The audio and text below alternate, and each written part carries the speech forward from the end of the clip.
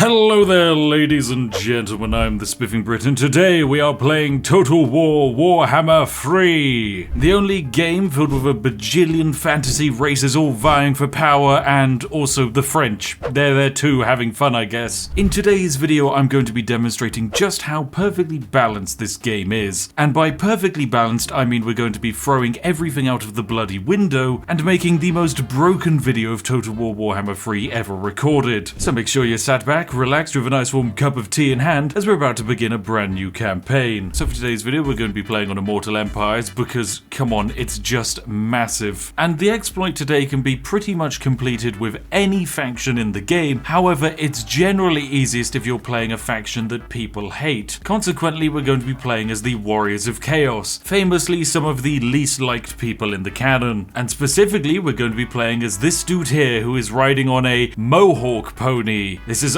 Archon, the Ever-Chosen. He is of course part of the faction known as the War Host of the Apocalypse, and whilst he rides a happy unicorn of friendship, it turns out most people don't actually like him. I don't know why people hate him. He's just got a few skulls mounted onto his body. Who hasn't got a few body parts strapped to them? So we're going to be beginning our glorious campaign as this lovely man. When it comes to difficulty settings, it doesn't matter. Honestly, this exploit is probably easier to pull off on the harder difficulty than it is on the normal difficulty, but I'm going to be playing with the most basic settings just for the vanilla experience. So we're going to begin our lovely campaign. Now we could call our main character Archon, but let's be real, he's just in his emo phase. Realistically, his parents probably just called him Archie, and Archie loves several things: riding unicorns and the color red. Now this was of course completely fine in life right up until Archie discovered that there is actually red stuff inside of all of our bodies. Consequently, he has decided to massacre the entire world. And in Warhammer 3, ladies and gentlemen, there's a lot of world to massacre. Now starting out today, we effectively just want to bunch up all of our forces, merge them up nicely, and curb stomp this Slaneshi faction into the ground. Now one of the great things about playing as Archie is that our main goal is not necessarily to conquer and control the world, but rather to occupy and vassalize it. You see, the greatest way to spread suffering is not to destroy, it's to subjugate. And already on turn 1, by conquering this fortress, we've picked up our first vassal, the Cull Kingdom. They're pretty basic and boring, but they're our first vassal and that's what matters, as our exploit today is going to require a lot of them. Now we start out the game with there being 280 factions, although that's already down to 279, 78, 77. Yeah, they don't call it Total War for no reason. There's a lot of war happening. Anyway, my opening moves are going to be very simple. We're going to want to subjugate people very fast. Now Archie's conquered his second settlement, but instead of occupying it, we're actually going to give it to our vassal, as we don't really want land. Look, come on, I'm not playing it like the British would. This is a new gameplay style. Anyway, our main goal is vassals, which means I'm going to beeline my way right down here to storm Vrak Mount, as I want to finish off and vassalize this faction. When they're down to just one territory, instead of destroying them or occupying it, I can subjugate them. This is our ultimate power. And so here we are, come on, 5th turn. If we're lucky, we can reach it all the way to their settlement, and yes, come on, no, we are just short. Okay, we are literally 1 inch away from the border. Well, that's fine, we'll get them next turn, and I'll actually begin our additional long-term plan of scouting the world, because the more people we meet, the more people will actually hate us. As that's kind of how this game works. If one person likes you, everyone starts to like you. But if you start out hated, you're going to stay hated for the rest of your life. Oh, it's just like the real world. Right, it's turn 11 and I've finally got myself up to a decent quantity of vassals, I would say. And that means we can start beginning with our little exploit shenanigans. Stage 1 is very simple. Find someone who absolutely hates you. Like for example, these dwarves. These dwarves control 3 settlements, I only control 2. However, they hold grudges, and unsurprisingly, they think I'm a pawn of vile powers, which means, naturally, they don't like me very much. And because they hate me so much, they also hate all of my vassals. But this creates a very interesting issue. For you see, if I were to propose that they become a vassal of mine, they of course think this is the worst and most stupid idea imaginable. I could offer them all of my money and it basically wouldn't make a difference. However, there's an interesting calculation that this game does when it comes to breaking agreements. For you see, if I break an agreement with someone who the dwarves don't like, they actually think that's a positive. So for example, I can say that, hey, I'll break my military access pact with my Cull vassals. They're going to say, yeah, you know what? Suddenly this is a very positive diplomatic prospect, and we might even consider the deal. So then if I throw in all of my other vassals, this is now a very positive diplomatic offer, and I can even ask ask them to pay me 500 gold to become a vassal. Now you might be saying, Spiff, this seems very overpowered. However, it's not repeatable because you've chosen to break military access agreements. But here's the thing, these guys are my vassal, and as soon as I break these agreements, they instantaneously reappear because you always have a military access agreement with your vassals, and the game can never take that away. So wabam, I've just convinced the dwarves to become my vassal, and in doing so, this is going to make even more people in the world hate me. So let me go see if I can find some other people who hate me. Ah yes, the Ropsman clan. They really dislike me, minus 108 in fact. But hey, I could say I'll break all of my military access agreements, and that swings it in the right direction, but we're not quite there yet. We need them to truly detest me. But yes, even on just turn 11, you can already see where this exploit is going, and that's why I have my heroes scouring the world to meet as many potential future friends as possible. But this exploit interestingly only works with people who hate you, because when people hate you, they hate your vassals, they hate people you're friends with, they want you to be weaker, and they're willing to give up their entire kingdom if they think it makes you weaker, when in reality, it actually just makes you stronger.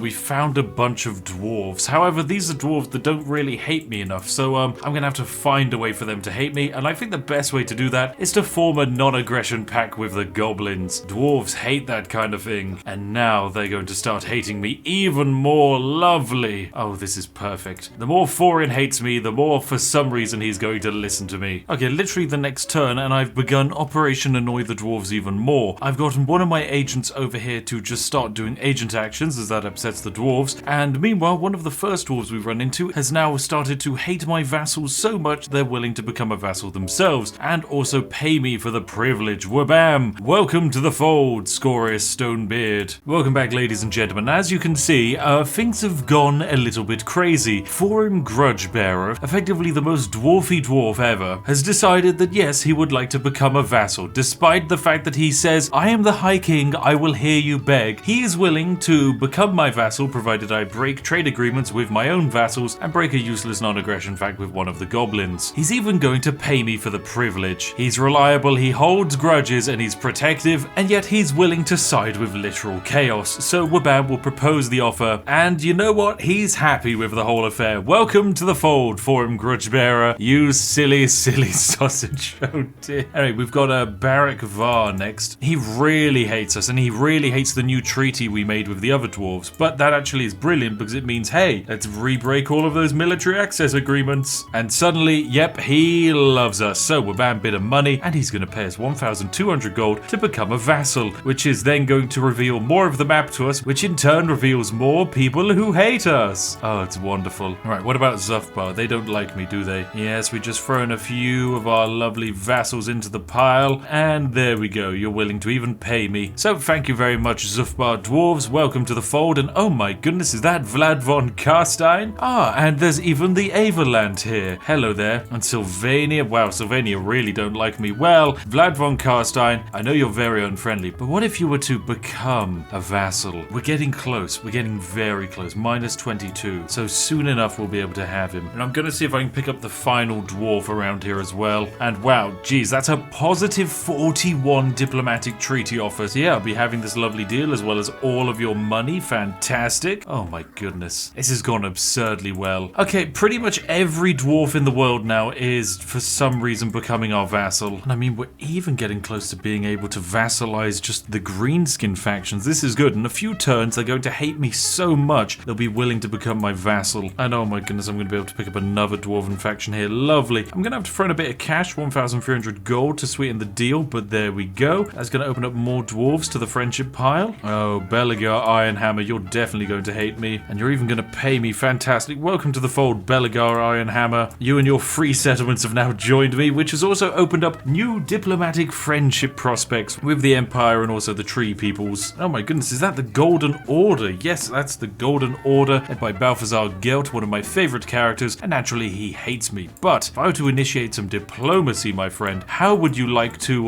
join the fold? Oh, you'd quite consider it. You just need me to break my trade deals with all of my vassals, which of course won't happen, and my truce with the Crooked Moon, which won't happen either. So wabam, let's balance out this offer, and yes, Balthazar Gelt, the man who loves gold so much, is going to pay 935 gold to join my little empire. Oh dear, Balthazar Gelt. There's even Dryher here. here who absolutely hates every living being because they just are a walking forest that hates anything that would damage a forest. And well, let me be honest, a giant walking ball of fire probably is a threat to the forest. So we're going to offer them a great deal and they're going to accept and pay 2,000 gold for the privilege of becoming our vassal. Perfectly balanced, oh my god, this is so silly. This is literally the most nonsensical alliance possible. Wood elves siding with a faction that is quite literally called the War Host of the Apocalypse. Alright, I'm going to pick up our first greenskin faction. This is of course the Bloody Hands faction, who are apparently the 10th strongest faction in the game, but for just 2,000 gold, they're going to become our vassal. Fantastic stuff. So, yes, we're strength rank 34, and I don't really know if the game knows how to actually comprehend what our strength rank truly is. But I'll end my turn and I guess we'll find out. But for turn 15, having this many vassals, I'd say we're in a pretty comfortable spot. But yes, according to the game, I've actually gone down in strength rank. I'm only strength rank 62.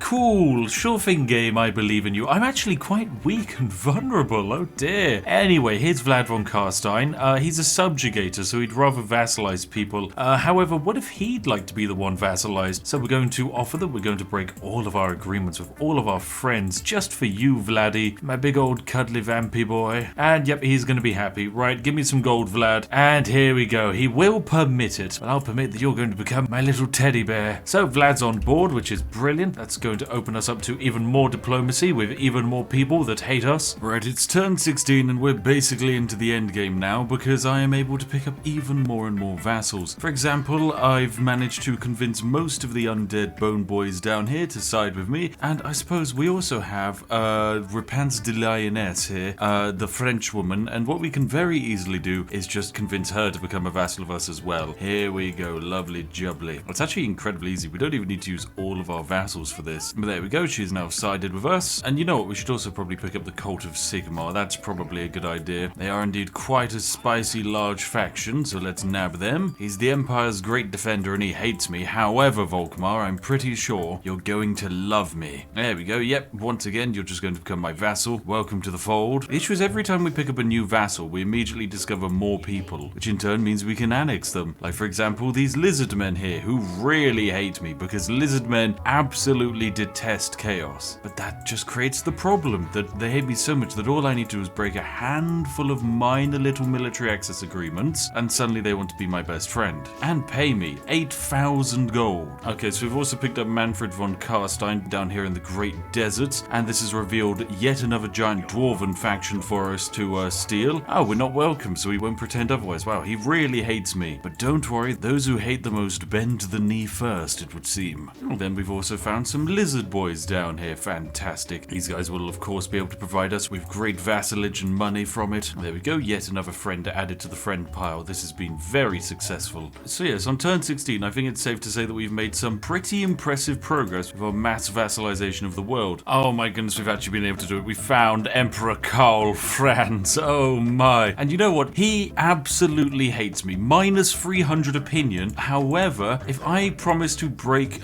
just some military access with, oh, let's go for 4 people, he is willing to become my vassal. Oh, that is how much he hates me and how much he consequently hates my vassals. You, my friend, are incredible. Let's increase it just a little bit so I can get a free trade deal with you as well. There we go. 1 free trade deal and you become vassal and you pay me 5,000 gold. Welcome. I make the ultimate sacrifice. The Empire must align with the Dark Gods. Yes, indeed. Well, you didn't have to, but you kind of wanted to. And now I will also convince the French to join me. Ah, for the lady's sake, state your demands so I can reject them. Well, what if you chose to become my vassal? And of course, yes, you will do it. Oh, and here's Bellacore. He apparently says I'm a trusted friend. Wow, he really likes me. So, you know what, if I just give him a bit of cash, he is actually going to become my vassal, isn't he? Yes, he is. That's incredible. Oh, and then the Seducers of Slanesh want to become a vassal as well. Welcome to the fold. That now introduces us to all of the elves on the big donut. The Scaling faction here will also become our vassal for free. Right, so we've picked up our first elven faction on the giant donut, which is very good. The Scourge of Cain Dark Elves, which are of course quite evil. Oh, and Orion, I forget, absolutely hates me, but that's fine. Because he hates me so much, we won't even need to break that many agreements. Yep, literally just a handful, and he'll pay me a bunch of gold. Welcome to the fold. Oh, Orion, you potato. I still don't know why the game refuses to actually say how powerful I am. Like, I'm apparently still rank 54 in this game, despite the fact that half the world currently swears fealty to me. Right, I've spent the last 45 minutes vassalizing most of the known world. I'd say it's safe to say that I've done a good job. Most of the Lizardmen faction, Elven and Dark Elf factions are now all our vassals, generating us copious quantities of money, which is very good. I've also picked up most of the orcs and goblins, and even we've managed to steal a few of the Cathayan factions, which is very cheesy indeed. So yes, I would say progress is going very well, but I will now choose to end my turn and just see how much money I now make. Apparently I'm going to make 48,000, but I think that could get increased. Yeah, suddenly when going through this list at the top, it is very nice to see that pretty much everyone is a vassal of mine. Ah yes, there are no enemies in this world, just friends and potential future friends. So yes, we are making 48,000 gold per turn, which I would say is pretty darn good. Oh, actually, hang on a second. There's a faction here that we haven't managed to vassalize. Kislev, hello. I mean, Kislev, you absolutely detest me, which means you should be relatively easy to nab. Oh, and finally, the game is actually starting to recognize me. I'm up to strength rank 16, which for someone who owns nearly the entire world now, I would say is a little bit better than 50. Yes, pretty much everyone we can now immediately do trade deals with. Right, okay, I'm probably going to have to call it here because I've basically run out of land to control. I've vassalized about 90% of the factions in this game, and yeah, it's only turn 18, so I think it's safe to say that I've completed Total War Warhammer 3, and I also believe that it's okay to say that this game is